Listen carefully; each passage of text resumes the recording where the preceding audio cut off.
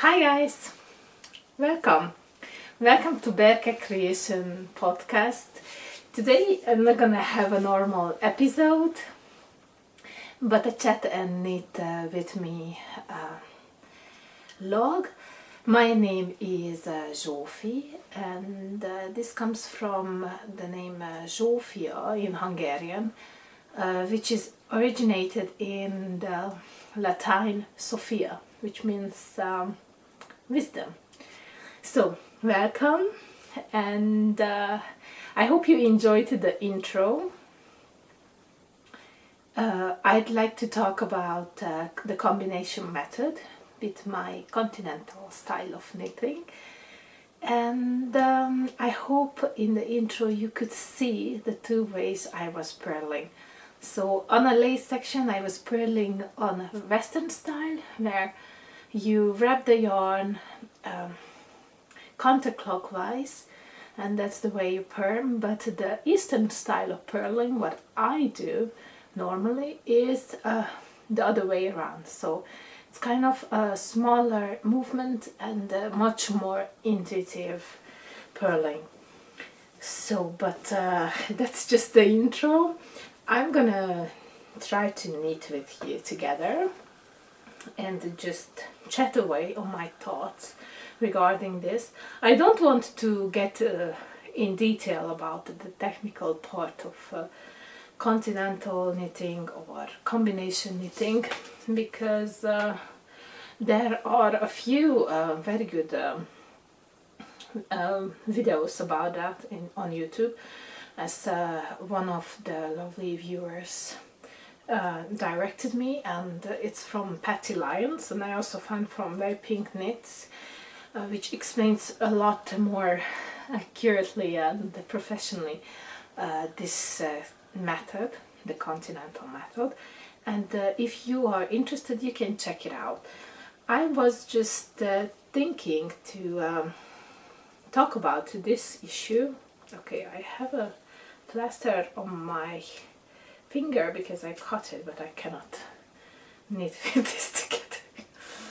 Okay, so by the way, I am on Sleeve Island on my Mistletoe sweater, and it's now it's inside out because I'm gonna have reverse stockinette on the body and on the sleeve, so I am knitting it from the inside. So just going around with a knit stitch.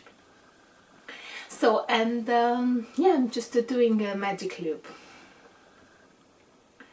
So, and why I wanted to talk about this this way of knitting, the combination method. So as many of you know, there are many styles of knitting, but the two most common would be continental style and English style. So in a English throwing method, you hold the working yarn in your right finger and in your right hand, and on continental style, as I do, I am holding my working yarn in my left hand. And then there are methods of knitting a stitch, and this is like which direction you wrap your yarn when you are making a stitch. So then to touch again on that subject, I wrap my yarn on the other way around when I purl, and let's call this then Eastern purl or Asian purl. Actually, Linda Marvin said to me the first time when I was like complaining that something is not right with my purling, said that my purl is Asian purl. So, and what happens then when you get when you purl Asian style or Eastern style, when you turn your fabric and you are working the knit stitches, the right side of your fabric, then you will see that your stitches are mounted differently. We do make a knit stitch by knitting through the leading leg. That's how you make a knit stitch. If you knit through the the other leg, not the leading one, but the trailing leg, then you're gonna make a twisted knit stitch. So this rule applies for both, for Eastern and for Western and for combination knitting too. So you must knit through the leading leg. It's just the difference is when you are having the Western knit stitch, the leading leg is gonna be in the front, in the front of the needle, right? But on my knit, the leading leg is in the back. So I actually kind of knit through the back loop to untwist that stitch because it's like mounted differently, so everything is upside down, how to say. It's everything is going in differently. So for example, also SSK and knit two together, those two are swapped because everything is in the other way around. And I did not realize this that I am purling differently, or I don't want to say anymore on the wrong way, because I made my research and this is really not wrong at all, because so many people on the globe actually knit and purl combination method, and they purl the Eastern style. It's just all the books and all the patterns nowadays are written in the Western style. So yeah, someone I asked a question and I had a nice chat about this in Cat, Heather and Hop's Discord group, and that's where actually I found out that this is called combination method. I had no idea. I thought that my purling might be wrong, and I noticed that when I started doing cables and lace, but that was I was already well into the test knitting and the knitting again. Maybe some of you remember I started knitting 2 years ago again, like very every day, and yeah, I was already doing that for a long while when I realized that something is just not right. Like when you have the lace and you I do back and forth knitting, then the lace would not look the way it should have been. And of course I was not so much familiar with SSK or even more bigger decreases where you decrease 2 stitches at a time and stuff like that. So I was very much relying on the description in the patterns. And of course, as being a test knit, I wanted to test all aspects of it. And then the problem started, like my knitting wouldn't look like it should have been, and it was confusing, and I was doubting a little bit my knowledge about knitting and purling. So, and yeah, around that time I actually went up on YouTube and checked how to purl. And then I saw that, oh my god, yes, I am purling on the other way around, and this is causing all the stitches to be differently. I haven't even realized before, because it's interesting, because when I knit in around, then my knit stitches are always aligned like in Western style, right? So with the leading leg in the front. And I even didn't realize that when I go back and forth that my knit stitches look a little bit different, they are mounted differently.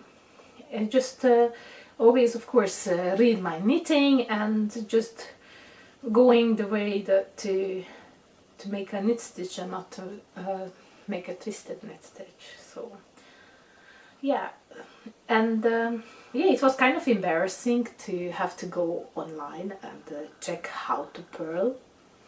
And then I started purling that way, like the Western way of purling, and it was pretty slow. So then my technique is now, if I'm doing lace somewhere in my work, like in the intro where I'm working on this dress with the lace edging, I purl the Western, and when I am on a stockinette, I am purling Eastern style. And yeah, and then I adjust on the right side accordingly. So, and yeah, I mentioned the Discord group of from Heather and Hobbs from Cat Discord group, and that's where I found out that this is called combination method, and I asked some of the girls, and so many of them said that this is so much more intuitive to purl Eastern style and to do combination knitting, because I felt the same. Like, I would never understand why on the other podcast or other knitters would have this idea or kind of complain that purling slows them down. And yes, it can be slow with the Western purling, but the Eastern purling, it's just such an easy movement. You get in the flow so quickly, and as they said too, it's very intuitive. It's almost that quick like the knit stitch, because it's just like one movement where you scoop the yarn and you already have it on your right needle. So yeah. And the idea of this chat about this style of knitting is that you shouldn't be ashamed, or you shouldn't feel bad if you are not purling Western style, or you're not purling how the patterns and all the books assume that you are purling and knitting. It's nothing wrong with that. A lot of the mostly the Eastern, right, as the name says too, the Eastern and Russian, Eastern Europeans and Russian purl and knit this way. And then I guess the Asians, perhaps, I am not sure, but I would love to know.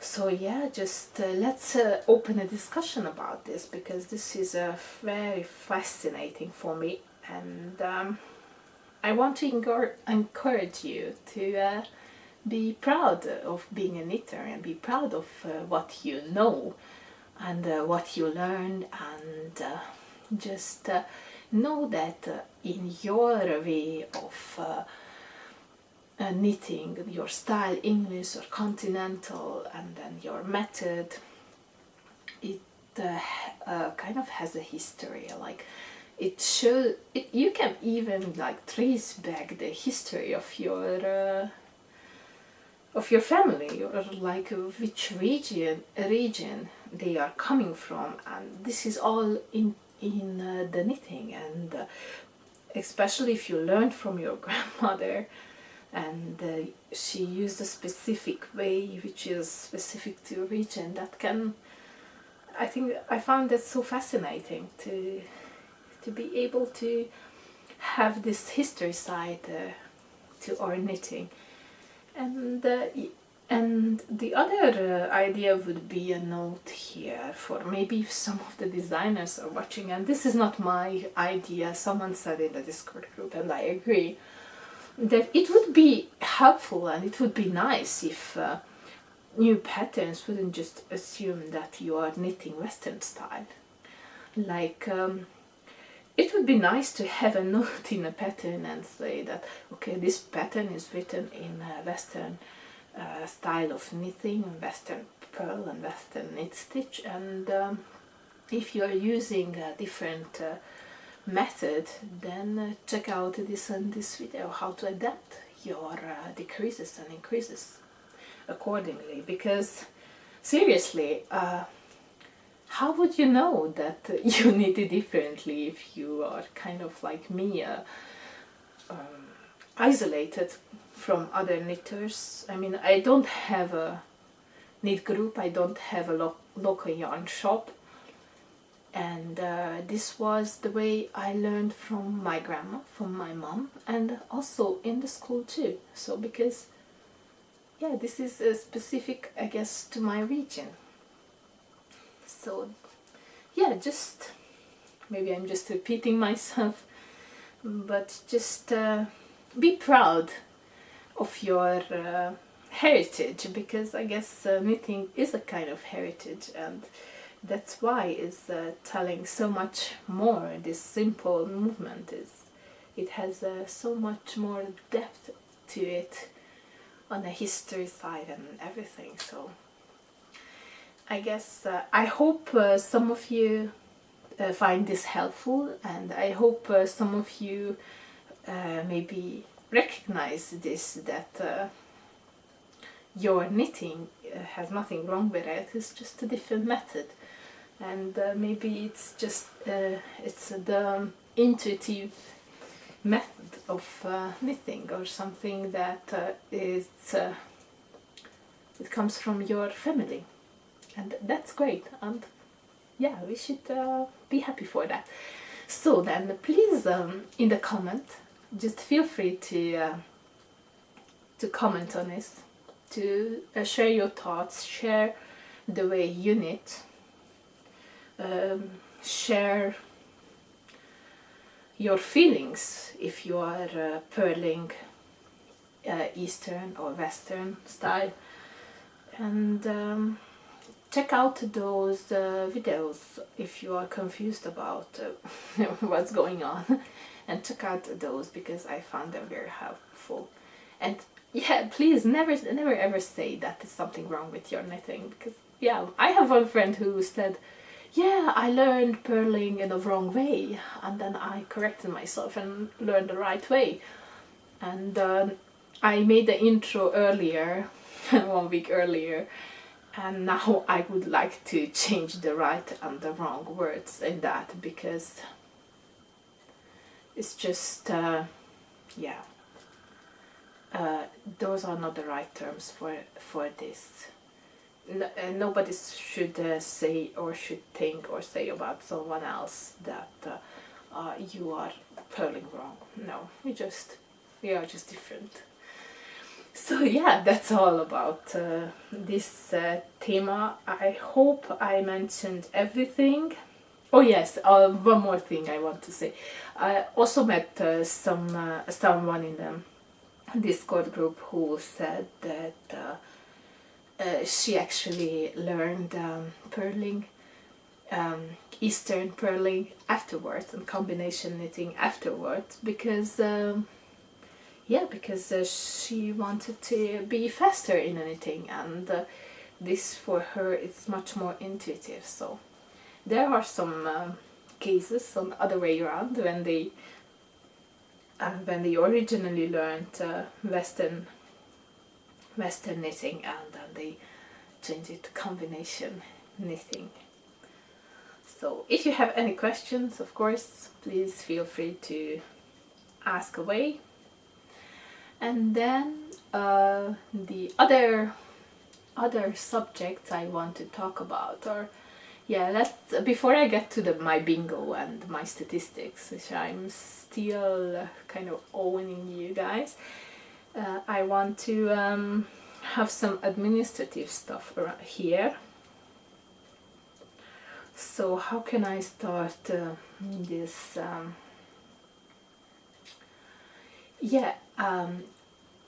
We are getting close to 1,000 subscribers, and I am so much blown away of this, because when I started this, I said, okay, maybe I will need 1 year to reach 1,000 subscribers. Maybe nobody gonna watch my videos, and the response and the engagement and all the comments, and over YouTube and over Instagram, and also in Ravelry, the group is starting to grow.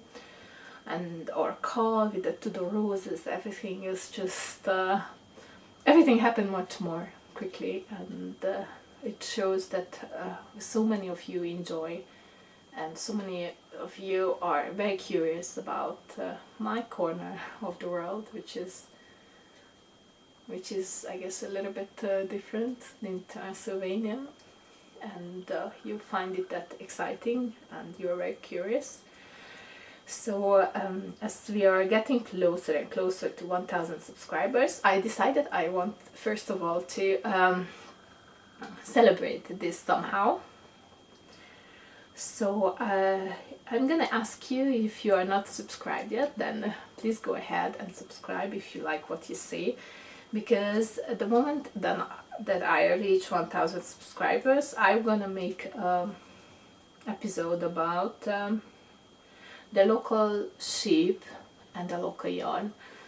So this the name of the podcast is Berke, and Berke is the Hungarian name of the local sheep breed, and we have the yarn from this sheep breed at our local mills. Like I bought like 10 kilos of it 2.5 years ago in a mill around like 3 hours away.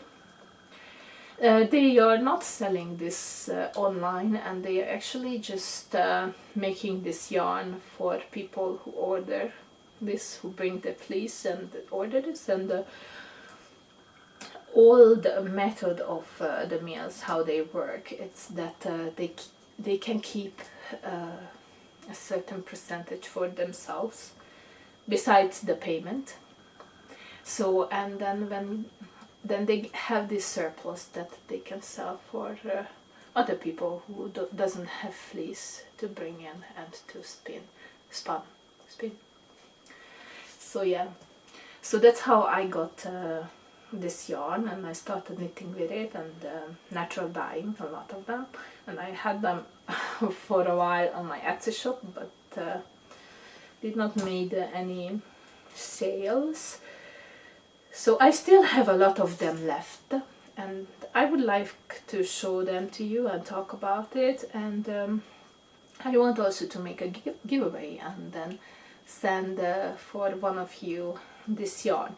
But I'm gonna do this at the moment when I reach 1,000 subscribers, so I guess as fast we get there, then as faster we can do this. I am still in a search of this Berke sheep, that I can get some footage of them, because here they are not really keeping the sheep for in my zone. I mean, they're not really keeping the sheep for the fleece, so it's winter, they are inside for months now, they're not gonna wear coats, and probably they're not gonna be that tidy and clean sheep, but yeah, just searching for them, and let's see. Yeah, it's a good practice and exercise for me too, to learn more about this sheep breed and this yarn, because I actually, when we are settled in our homestead, I would love to start finding the fleece and buying some fleece, and also perhaps mixing with other fibers, and yeah, be able to go and have my own yarn from the mill. So, and then yeah, so this is, so the other administrative stuff would be that I decided, because this going so well for me, and this is so inspirational, and you guys also give me so much ideas to what to talk about and what to make little films about. I thought that I'm not gonna get a job this year. I mean, my son is still small. He's not even 2 years old yet. So I was searching for a job earlier, but I couldn't find nothing, and to have my son or the grandparents every day for half a day, it's kind of long, and I see that it's not so much manageable. So I'm not searching for a job anymore, and actually I just had advertising on Facebook for a local group for giving English classes. So I have like 4 students that I teach English to, and this is a kind of nice little bit of extra income. But I would need like 5 times more students to have like kind of close to a proper salary. But that's okay. It's great that I can offer this and I have this opportunity. And then my point being here, I decided I'm going to focus on this year on this channel, and also my other channel that I started, and I'm going to talk about it just in a minute. So I'm going to focus more on this channel this year, and to make everything much nicer. I'm really trying to have a good quality of videos, and also just trying to be a little bit more artistic and more professional, getting just a little bit more cozy with talking to the camera. And I'm getting there, but it's not perfect. And my problem is my 15 years old laptop, because I tried so many things to edit my videos and to have a nice job on it, and to have photos and all the names written on under and everything on, and it's just not working out as the way as I want it. So with this 15 years old laptop, I am so limited, because it doesn't support me to download the new free editing programs. And with the old editing programs, it takes me like 6 hours to put all the footage in, and then it takes me 24 hours to take out the footage.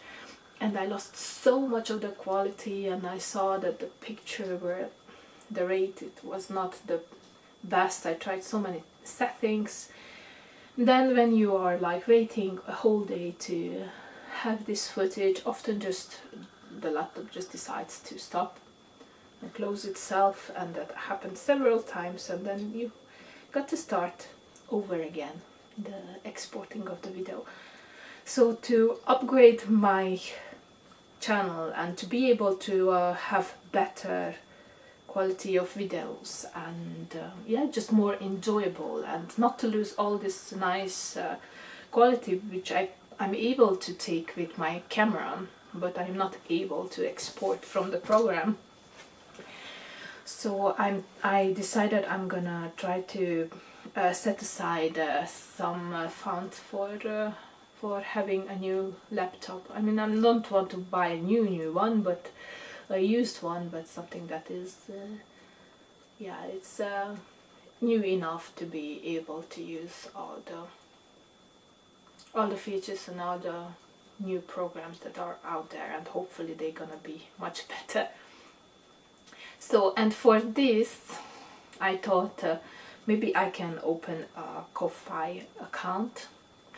And you guys, you know that this doesn't mean that you have to go over there or you have to donate. It's not at all like that. So it's really really up to you, like very relaxed, and there are no expectations regarding this matter. I just thought to open this because I don't know, I have this joke in my mind about that, okay, can I tell you the joke better? So there is a guy on earth, and he's praying to God every day, every single night. Oh God, I love you so much. please, please let me win on the lottery. Okay, so I was like telling you the joke. So there is a guy who was like on earth, who was praying to God, telling to God, oh God, please let me win on the lottery. 20 years are gone by, he's still praying, oh God, please let me win on the lottery. 30 years gone by, oh God, please let me win on the lottery. 40 years, 50 years gone by, he's still praying. God, he's just like already bored of this prayer, right? And one day he takes pity on this guy.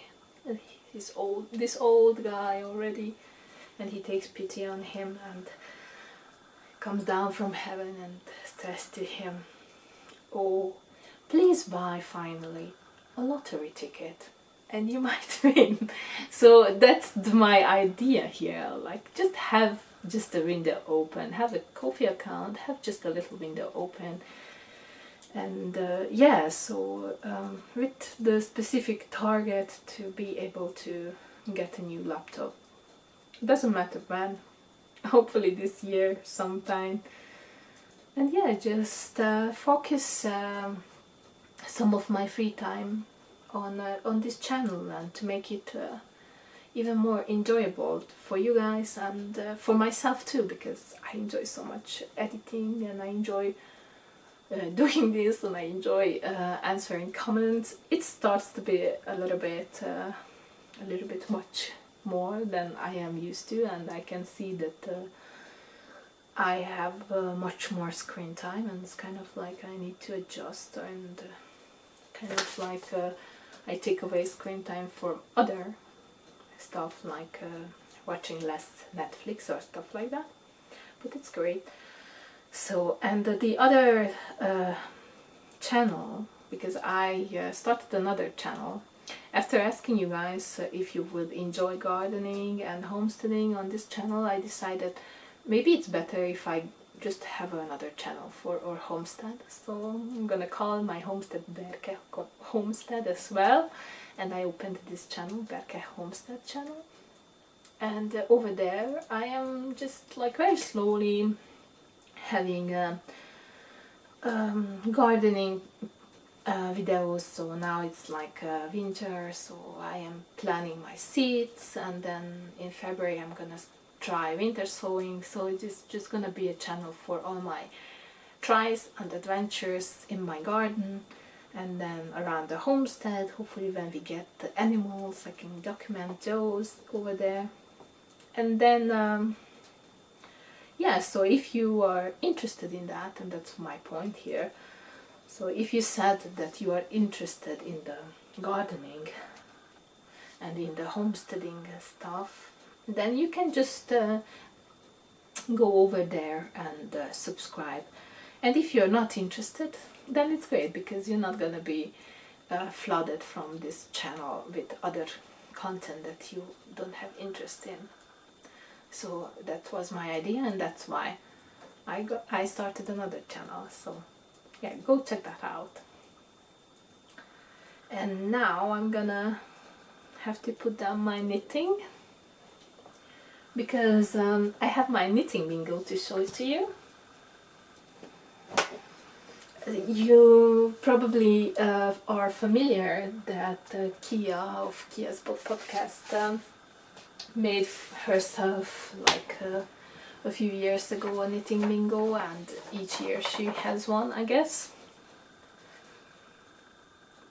And I made one for myself too.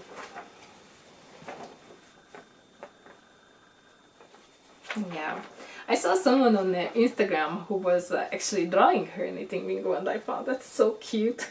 I think it was Jenny.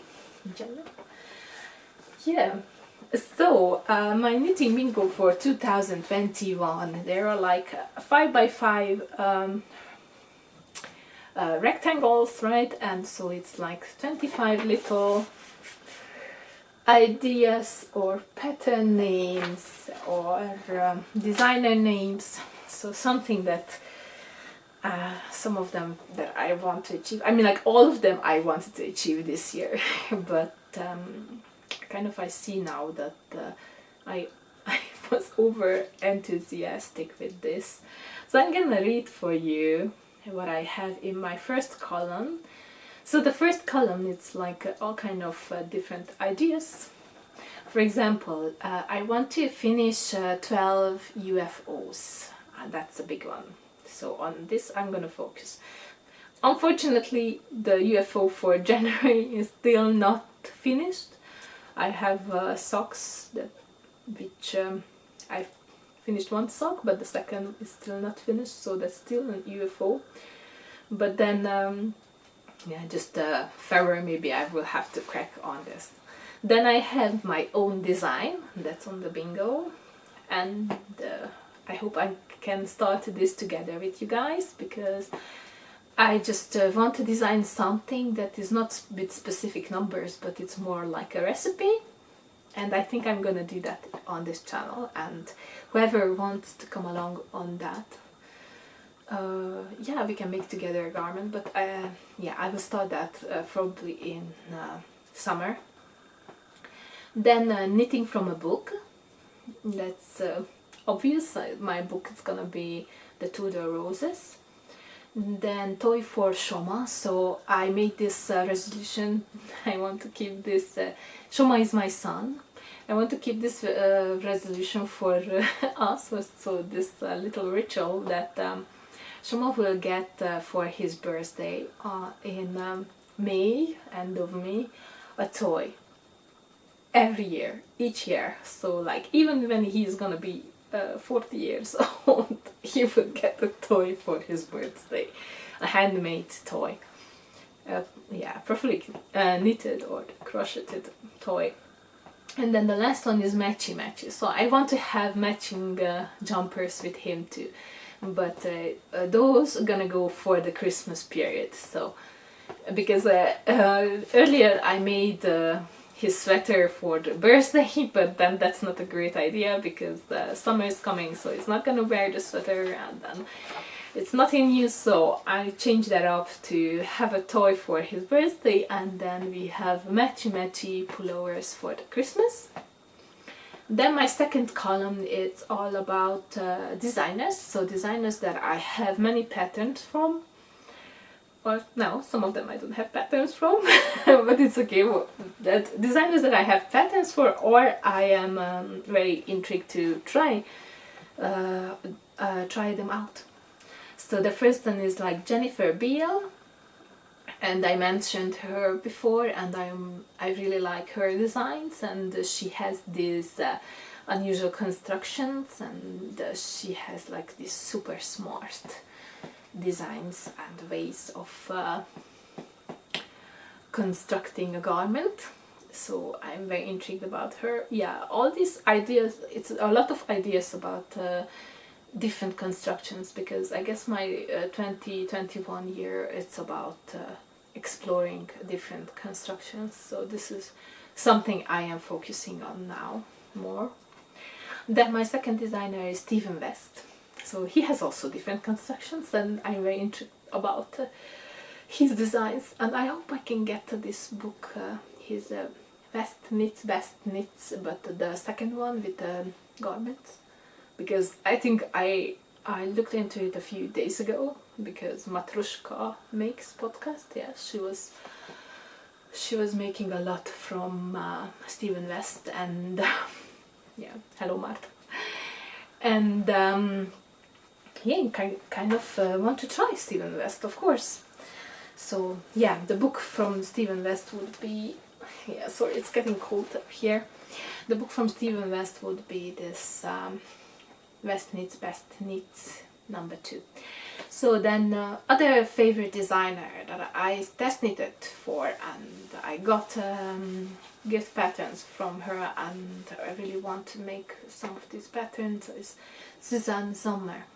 Yeah, she's an Austrian designer, and yeah, she has also intriguing constructions. So, and then the other designer is Alice Starmore. So yeah, from a book, to the Roses Alice Starmore design. Yes, I'm gonna talk about that in my next episode, what actually I choose from this book. Finally, I narrowed down my options for 2 patterns, but kind of leaning towards one now.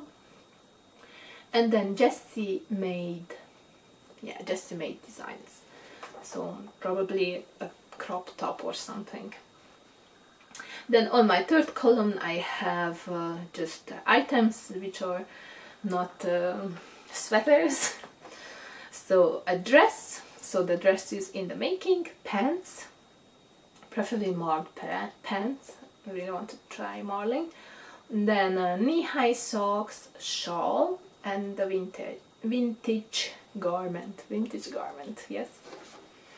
On my 4th column I have some different techniques like cables, brioche, that's gonna be a big one to learn to do brioche, sideways construction, so that one is already colored, the sideways construction, because that was my Let Lopi sweater, the curvo sweater that I showed to you in my last 2 episodes. So that's finished, that's great. I have one rectangle colored. And then cigarette method, which is also I think the big one, but yeah, I should focus on that too. I'm so curious about this cigarette method. And then scrappy project, yeah. And then on my last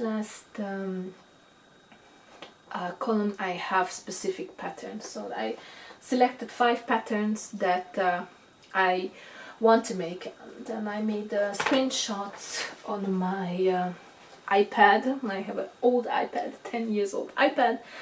So just to mention, I cannot really do good editing on this, by the way. So the 5 patterns I want to make, first of all, is the nightingale. Yeah, guys, you know this is from Nora Gone, and it's on the cover of a Pom Pom magazine. Then the second one I'd love to make is Winter Soul by Jennifer Stengas. Looks like this. And I own this pattern, and I have exactly enough Let Lopi in, not exactly this blue color, but in a blue that I can make this one. So that's great, using what I have. The third one is called Aviara, and the Aviara pullover, and is by Irina Anikeva, and I think it's beautiful.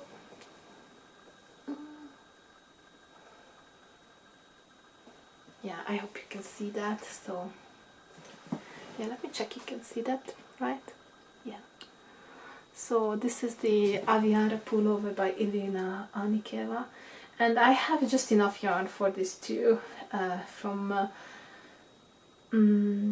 some alpaca from Ice Yarns, and it's kind of close to this color, and it's alpaca, and it's shiny like this, lustrous. And then the 4th one is called Sea Glass and Driftwood by Annie Lupton, and it's lovely, lovely. All body is colorwork design. I think this is also kind of amazing.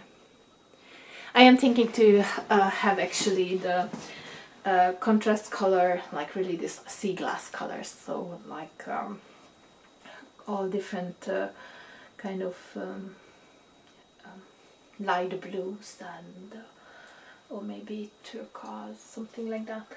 And then the last one, this is very known, it's Wool and Honey by Andrea Maury. But if you don't know, I can show it to you. So this one. So these are the 5 specific patterns that I choose, but all the others are more like ideas and methods. And yeah, so let's see how much I can color in my knitting bingo.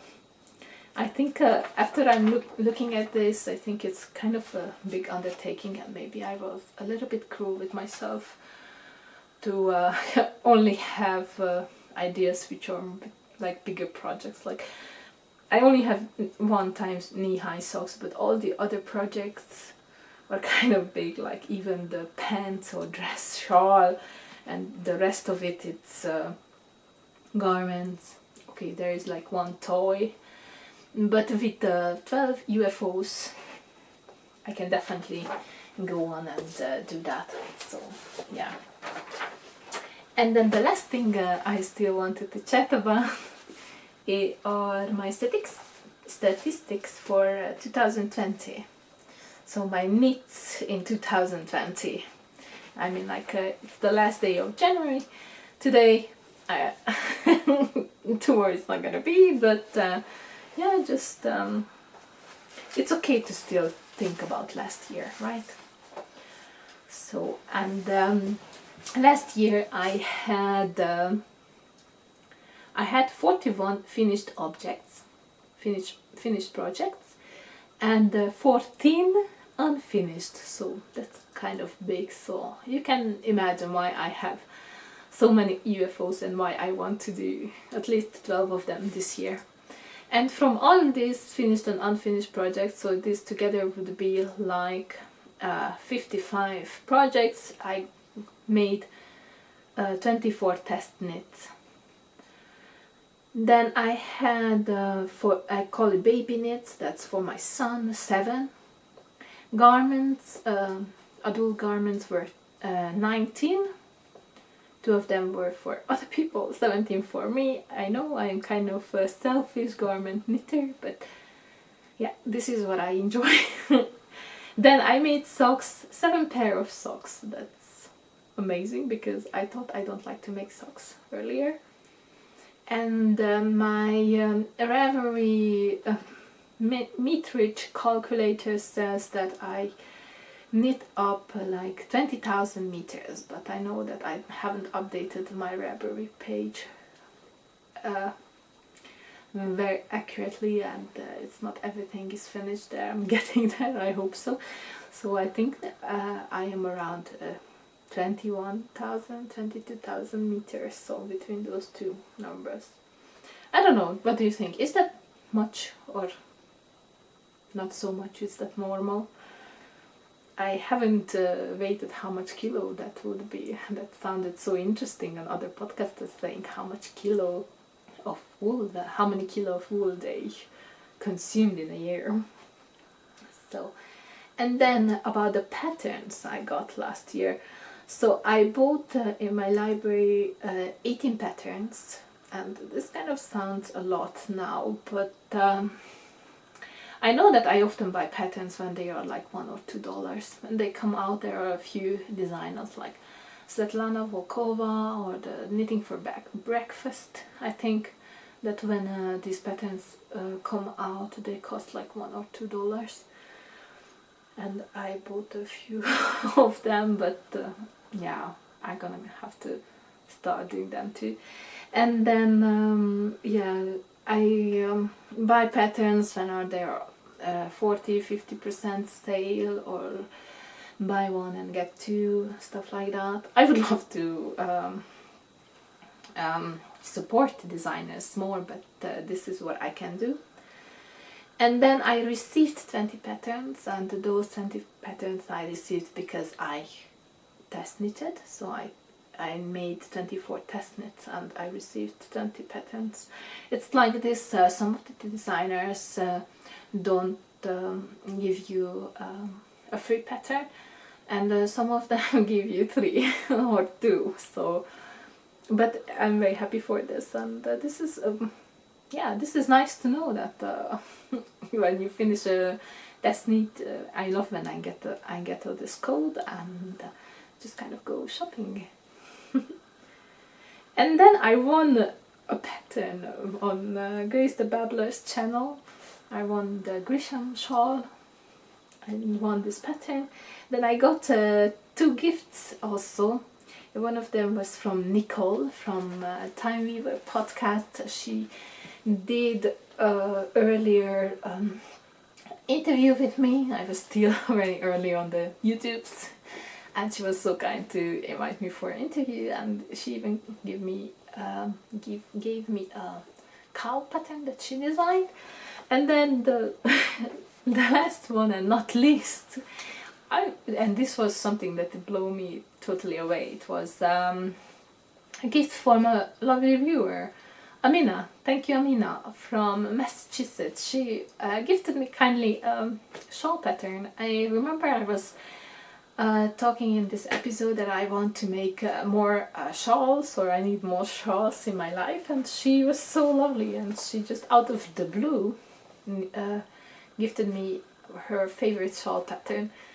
So now I'm gonna have to knit that, right? So yes, just stay tuned for this stuff. I cannot mention everything now. When I'm gonna make that pattern or that shawl, I will talk about it more, and yeah, just like this. So yes, this was my statistics for the last year. So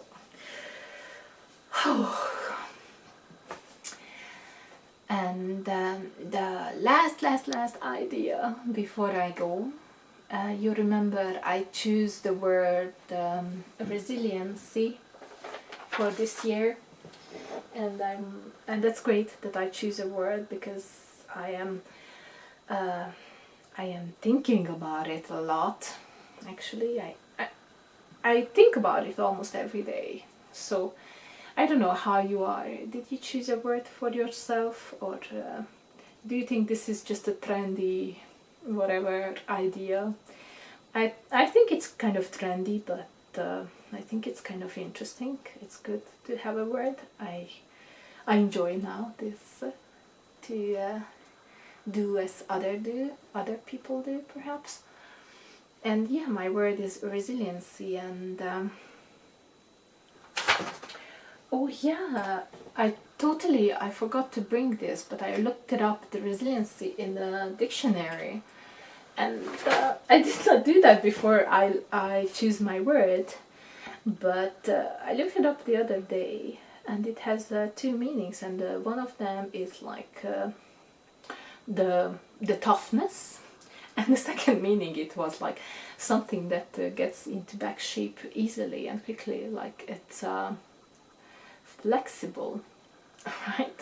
So it's kind of interesting to have the same word for kind of two different ideas, right? Like I wouldn't associate toughness with flexibility. Like normally I would associate, if something is tough, it's like rigid and it's solid and yeah, it's unchangeable. But no,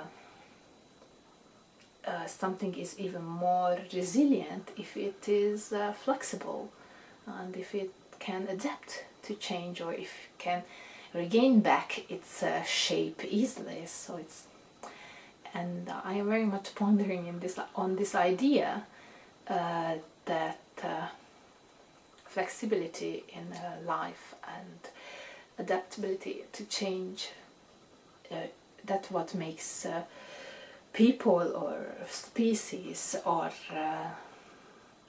ideas or whatever you name it, that what makes more resilient. I am also thinking a lot about this is something that I hear so often, like it looks like everybody's talking about being more meaningful or intentional.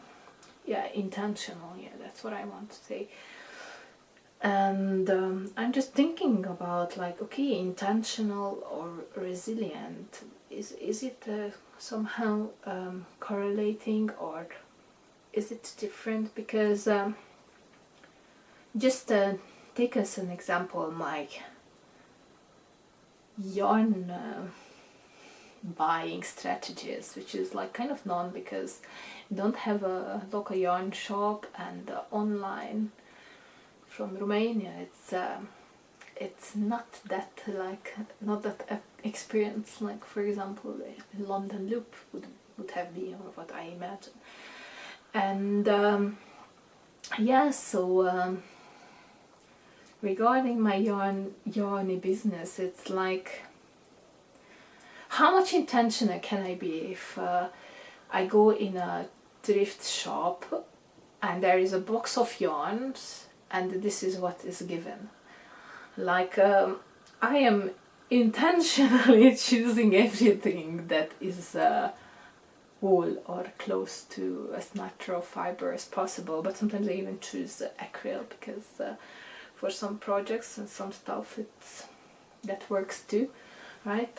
Or how much intentional can you be if like somebody, a friend of you, does a distache and offers you a big pile of yarn, and you love yarn, and then of course if you are like super intentional, then you would say like, okay, thank you very much, I probably these 2 or these 4 are my colors, but the rest I don't see myself in it, and maybe you can give to someone else. But I, for example, I cannot control what colors come into this basket in the thrift shop. So, and I'm thinking that for me resilience is much more meaningful word than to being intentional, because yeah, I just like intentionally decide to be working with what I have, and trying to make the best out of what I have, and whatever color that is or whatever fiber that is, to find the best suiting project for it. So this requires a pretty amount of flexibility in my from my mind, and kind of a creative thinking. So just, I don't know, just hinting some ideas around here, because I'm still thinking about this, like how much intentional can you be when you are limited, you know, on your from what you can choose from. So that's what I mean. So yeah, yeah, just a hint and just an idea for you. So I think this turned out a pretty long chat after all. Even my memory card got full. Thank you so much for joining me. Thank you so much for being viewers of this channel, for all the lovely comments. Please don't stop. And yeah, just please share whatever you feel you like. And again, thank you for watching this till the end. And yeah, yeah, see you soon. Yeah. Take care. Bye.